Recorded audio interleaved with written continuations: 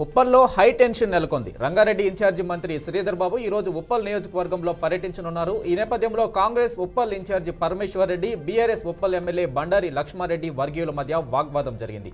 రంగంలోకి దిగిన పోలీసులు ఇరు వర్గాలను చెదరగొట్టారు. దీంతో అక్కడ ఉద్రిక్తత నెలకొందని పోలీసులు తెలిపారు. మాదాపూర్లోని అయ్యప్ప సొసైటీలో ల్యాండ్ విషయంలో ఇరు వర్గాల మధ్య ఘర్షణ చోటు చేసుకుంది. ల్యాండ్ తమదే అంటూ ఓ పార్టీ ఎమ్మెల్సీ ఆ ల్యాండ్ మాకు సంబంధించినదని మరో వర్గం వారు తీవ్రంగా కొట్టుకున్నారు. అయితే సంఘటన స్థలానికి చేరుకున్న పోలీసులు ఇరు వర్గాలకు సర్ది చెప్పే ప్రయత్నం చేస్తున్నారు.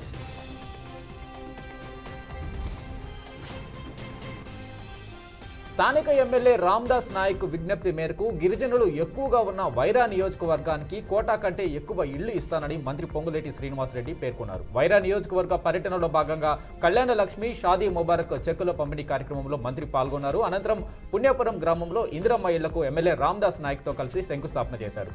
గత ప్రభుత్వం చేసిన అప్పులను ప్రతి నెల 6,500 కోట్ల రూపాయల చొప్పున చెల్లిస్తూనే రాష్ట్ర ప్రజలకు కావాల్సిన అన్ని మౌలిక అవసరాలను తీరుస్తున్నామన్నారు.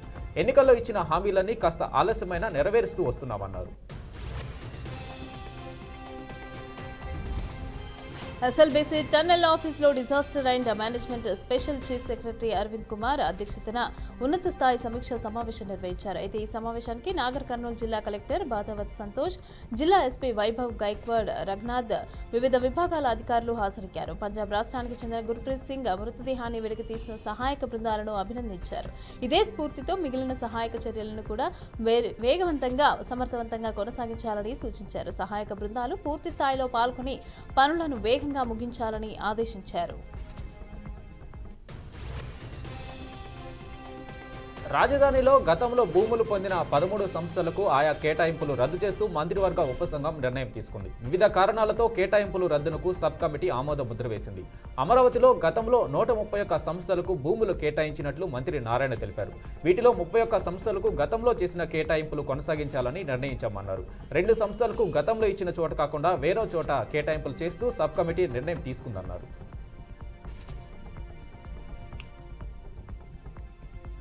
అనకాపల్లి జిల్లా మారడమల్లి గ్రామంలో గ్రామ ఉపాధి కూలీలు నోట్లో గడ్డి పెట్టుకుని వినూత్న రీతిలో నిరసన తెలిపారు. ఇక 4 వారాల నుంచి 8 వారాల వరకు బిల్లులు చెల్లించకపోవడం పైన ఆగ్రహం వ్యక్తం చేశారు. బిల్లులు చెల్లించకపోతే గడ్డి తిని బతకాలా అని మండిపడ్డారు. ఉపాధి పనులు లేక ప్రతిరోజు వేలాది మంది వలసలు పోతున్నారని వాపోతున్నారు. ఇక పేదలకు వరం లాంటి ఉపాధి హామీ చట్టాన్ని అధికారులు అలాగే రాజకీయ నాయకులు కుమ్మక్కై చట్టం స్ఫూర్తిని నీరుగారుస్తున్నారని ఆగ్రహం వ్యక్తం చేశారు.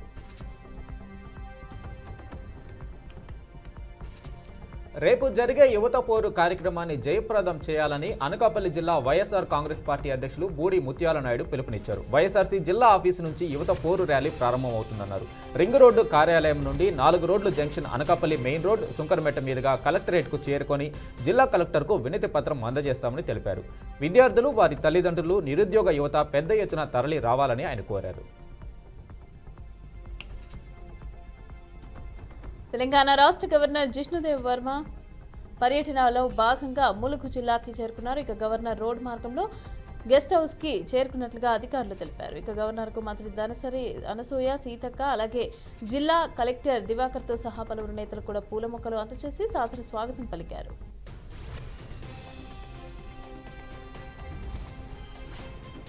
గన్నవరం టీడీపీ ఆఫీసులో పనిచేసే కంప్యూటర్ ఆపరేటర్ సత్యవర్ధన్ కిడ్నాప్ కేసులో మాజీ ఎమ్మెల్యే వల్లభనేని వంశీకి న్యాయస్థానం మరోసారి రిమాండ్ పొడిగించింది. వల్లభనేని వంశీని జైలు అధికారులు నేడు వర్చువల్ విధానంలో న్యాయమూర్తి ఎదుట హాజరుపరిచారు.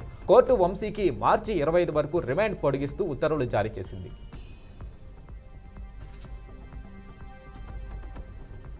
తెలంగాణ రాష్ట్రంలోని ఇప్పుడు కొత్తగా 96 మంది ట్రాన్స్పోర్ట్ ఇన్స్పెక్టర్లను శిక్షణ ఏర్పాటు చేశామని మంత్రి పొన్నం ప్రభాకర్ తెలిపారు.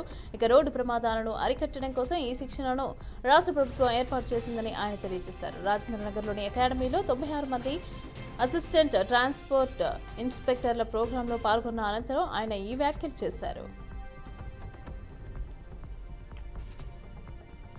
బంజారా హిల్స్లోని రీజనల్ రింగ్ రోడ్డు భూసేకరణలో తమకు అన్యాయం జరిగిందని రైతులు వాపోయారు. కనీసం 20% మంది వద్ద కూడా భూసేకరణ చేయకుండానే టెండర్లు వెళ్లిపోయారని మండిపడ్డారు. తమకు న్యాయం జరిగే వరకు సాగర్ సొసైటీలోని నేషనల్ హైవే అథారిటీ కార్యాలయం వద్దే ఉంటామని రైతన్నులు తెలిపారు. అమెరికా అధ్యక్షుడు ట్రంప్ పై సిపిఐ నేత నారాయణ మండిపడ్డారు. ఇక ట్రంప్ తీరుతో ప్రపంచవ్యాప్తంగా కూడా ఇబ్బందులు ఎదుర్కొంటున్నారన్నారు. జంతువులను వేటాడినట్లు వలసదారులను వేటాడుతున్నారని ఆరోపించారు.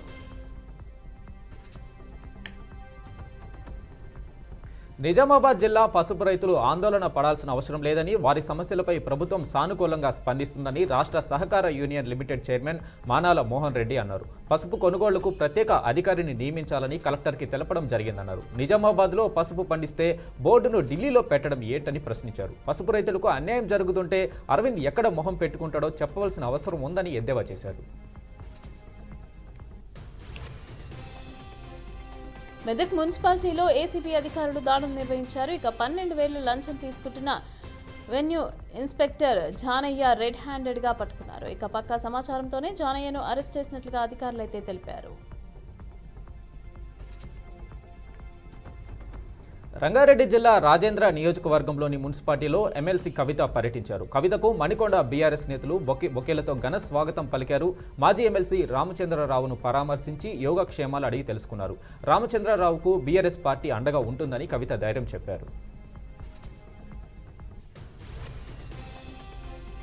టిడ్కో ఇళ్ల లబ్ధిదారులకు అందించాలని సిపిఐ జిల్లా కార్యదర్శి వేమయ్య యాదవ్ డిమాండ్ చేశారు. ఇక గత ప్రభుత్వం పేదలకు ఇల్లు ఇవ్వకుండా మోసం చేసిందని, కనీసం కూటమి ప్రభుత్వమైన పేద ప్రజలను ఆదుకోవాలని ఆయన కోరారు. ఇక గతంలో చంద్రబాబు ముఖ్యమంత్రిగా ఉన్నప్పుడు కదిరిలో టిడ్కో ఇల్లు 90% నిర్మించాలని ఆయన గుర్తు చేశారు.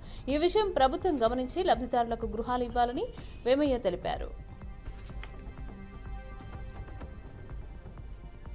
హంద్రినీవా ఆయకట్టు పరిరక్షించాలని కోరుతూ అనంతపురం జిల్లాలో కూడేరులో రైతు సదస్సు నిర్వహించారు. హంద్రినీవా కాలువ లైనింగ్ పనులు ఆపి హంద్రినీవా కాలువను వెడల్పు చేసి పనులు చేపట్టాలని హంద్రినీవా పరిరక్షణ కమిటీ వారు పేర్కొన్నారు. హంద్రినీవా లైనింగ్ పనులు మొదలు పెడితే కూడేరు రైతులు తీవ్రంగా నష్టపోతారని మాజీ ఎమ్మెల్యే విశ్వేశ్వర్ రెడ్డి తెలిపారు. భూగర్భ జలాలు అడిగంటి బోర్ల కింద వ్యవసాయం ఆగిపోతుందని ఆవేదన వ్యక్తం చేశారు.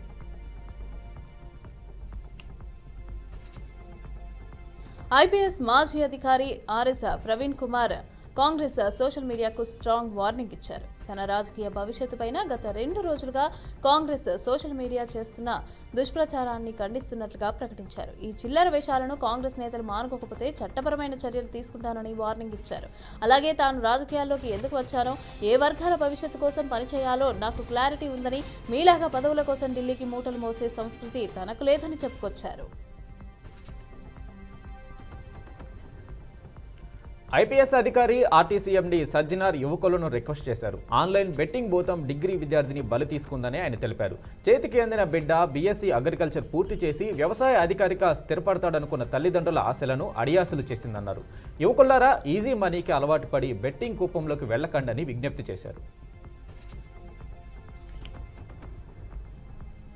తిరుమల శ్రీవారిని తెలంగాణ సిఎఫ్జిసి చైర్మన్ కృష్ణమోహన్ రావు దర్శించుకున్నారు. ఇక వీఐపీ విరామ సమయంలో కుటుంబ సభ్యులతో కలిసి స్వామివారి సేవలో పాల్గొని మొక్కులు చెల్లించుకున్నారు.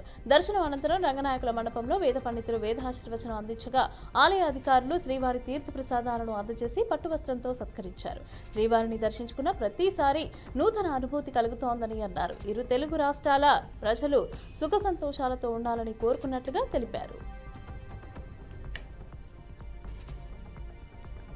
ఈ నెల 14వ తేదీన పిఠాపురం మండలం చిత్రాడలో జనసేన ఆవిర్భావ సభ జరగనుంది. దీనికి లక్షల సంఖ్యలో ప్రజలు వస్తారని నేతలు ప్రకటిస్తున్నారు. దీనికి తోడు పోలీసులతో పాటు తమకు కూడా డిప్యూటీ సీఎం భద్రత చూసుకునే బాధ్యత ఉందని మంత్రి నాదెండ్ల మనోహర్ వ్యాఖ్యానించారు. సభకు విచ్చేసిన జనానికి ఎటువంటి ఆటంకం లేకుండా సభా ప్రాంగణంలో అన్ని వసతులు ఏర్పాటు చేస్తున్నామని తెలిపారు.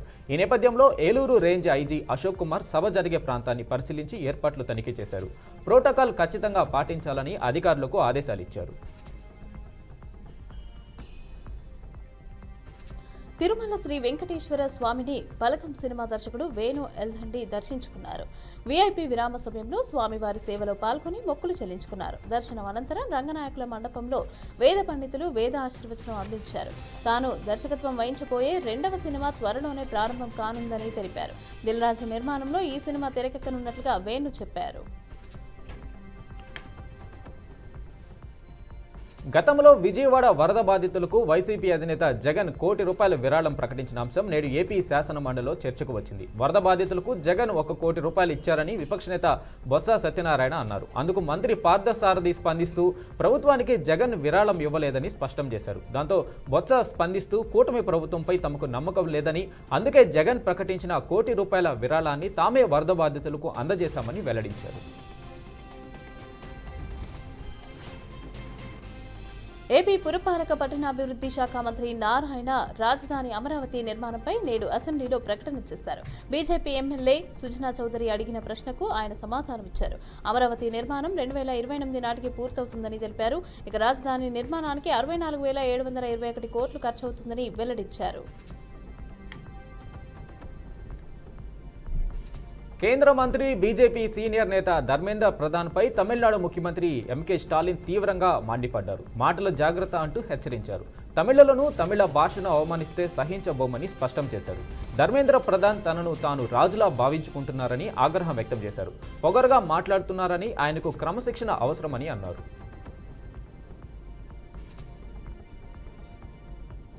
Tollywood star hero Nandamuri Taraka రామారావుపై AP BJP అధ్యక్షురాలు దగ్గుబాటి పురంధేశ్వరి ఆసక్తికర వ్యాఖ్యలు చేశారు.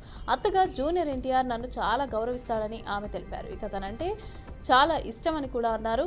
పిల్లలంతా రోజు టచ్లో ఉంటారని, రెగ్యులర్గా కాల్స్, వీడియో కాల్స్ మాట్లాడుకుంటామని తెలియజేశారు.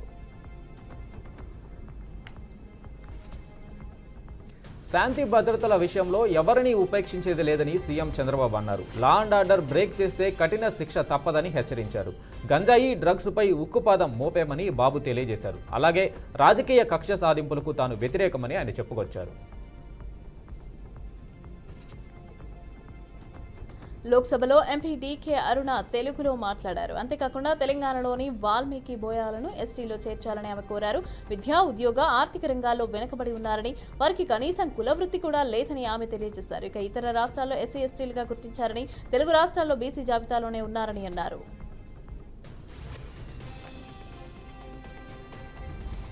టీడీఆర్ భూములపై కేటీఆర్ వ్యాఖ్యలకు ఎంపీ చామల కౌంటర్ ఇచ్చారు. టీడీఆర్ కొనడం వల్ల రేవంత్ అనుచరులకు ఏం లాభం అని ప్రశ్నించారు. రాత్రి నిద్రలో ఒక కల వచ్చిందని, ఉదయం వచ్చి చెబితే ఏం లాభమని ఎద్దేవా చేశారు. రింగ్ రోడ్డు చుట్టూ భూములు కొన్నది కేటీఆర్ అని ఆయన చెప్పుకొచ్చారు. అందరూ మీలా మోసం చేసేవారు ఉంటారంటూ కౌంటర్ వేశారు. 2014-19లో హంద్రినీవాకు 5,000 కోట్లు ఖర్చు చేశామని మంత్రి నిమ్మల రామానాయుడు అన్నారు. ఇక 2025 జూన్ నాటికి హంద్రినీవా పనులు పూర్తి అవుతాయని స్పష్టం చేశారు. బడ్జెట్లో హంద్రినీవాకు 3.243 కోట్లు కేటాయించామని తెలియజేశారు. ఇక రాయలసీమకు కృష్ణా, గోదావరి జలాలు తరలించి రతనాల సీమగా మారుస్తామని నిమ్మల హామీ ఇచ్చారు. ఓ కేసు విచారణలో భాగంగా అదుపులోకి తీసుకున్న నిందితుడి పట్ల పోలీసులు అమానుషంగా ప్రవర్తించారు. కాళ్లకు సంకెళ్లు వేసి స్టేషన్లో కూర్చోబెట్టారు. సంకెళ్లతోనే నిందితుడితో స్టేషన్లో పని చేయించుకున్నారు. కాళ్లకు సంకెళ్లతో చీపురు పట్టుకొని నిందితుడు ఊడుస్తున్న వీడియో ప్రస్తుతం సోషల్ మీడియాలో వైరల్గా మారింది. తెలంగాణలోని నిజామాబాద్ జిల్లాలో ఈ ఘటన చోటు చేసుకుంది. ప్రభుత్వ పాఠశాలల స్థితిగతులపైన లోకేష్ కీలక వ్యాఖ్యలు చేశారు. కొన్ని స్కూళ్లలో అన్ని మౌలిక సదుపాయాలు ఉన్నాయని, మరికొన్ని స్కూళ్లు అధ్వాన్నంగా ఉన్నాయని అన్నారు. తొందరలోనే అన్ని స్కూళ్లలో మౌలిక సదుపాయాలు కల్పిస్తామని లోకేష్ తెలియజేశారు. అంతేకాకుండా స్కూళ్లకు రేటింగ్ ఇస్తున్నామని, ప్రభుత్వ స్కూళ్లకు 5 స్టార్ రేటింగ్ తేవాలంటే 13,000 కోట్లు అవసరమని మంత్రి లోకేష్ చెప్పారు. అలాగే ప్రజాప్రతినిధుల స్కూళ్లను దత్తత తీసుకోవాలని మంత్రి సూచించారు. నిజామాబాద్ పసుపు రైతుల ఆందోళనలు రాష్ట్ర ప్రభుత్వానికి కనిపించడం లేదా అని ఎమ్మెల్సీ కవిత ప్రశ్నించారు. గిట్టుబాటు ధర రాక పసుపు రైతులు అల్లాడుతుంటే ప్రభుత్వం ఏం చేస్తుందని అడిగారు. మాటలు చెప్పిన కేంద్ర రాష్ట్ర ప్రభుత్వాలు రైతులను ఆదుకోవడానికి ముందుకు రావడం లేదని మండిపడ్డారు. క్వింటాలు పసుపుకు 15,000 ధర కల్పిస్తామని ఎన్నికల సమయంలో రాహుల్ గాంధీ, రేవంత్ రెడ్డి హామీ ఇచ్చారు. కానీ ఇప్పుడు పసుపుకు కనీసం 9,000 రూపాయలు కూడా వచ్చే పరిస్థితి లేదని మండిపడ్డారు.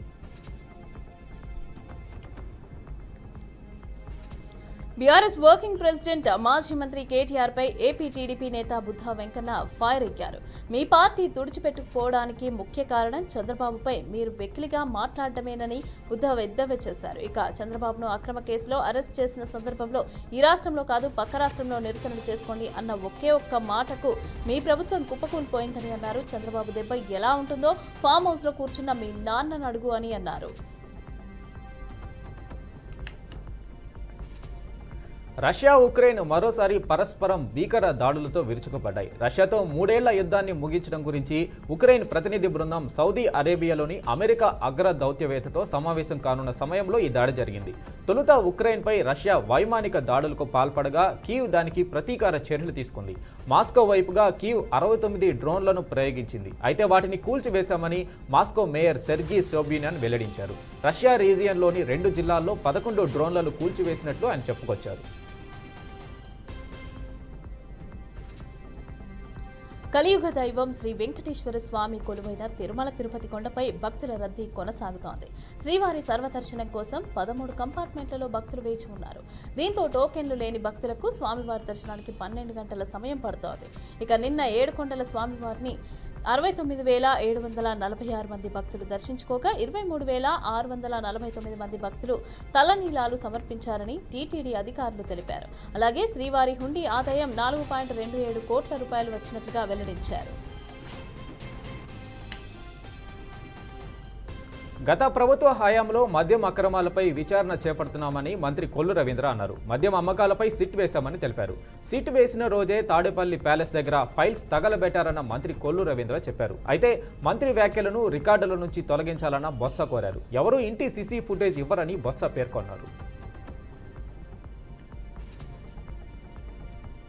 వీరనారి చాకలి ఐలమ్మ మహిళా యూనివర్సిటీ అభివృద్ధిపై దృష్టి సారించిన రాష్ట్ర ప్రభుత్వం ఆ దిశగానే మరో కీలక నిర్ణయం తీసుకుంది. ఇక తాజాగా వర్సిటీకి 300 కోట్లను కేటాయించింది. ఇక ఈ మేరకు నిధులు కేటాయిస్తూ తెలంగాణ విద్యాశాఖ ఉత్తర్వులు జారీ చేసింది.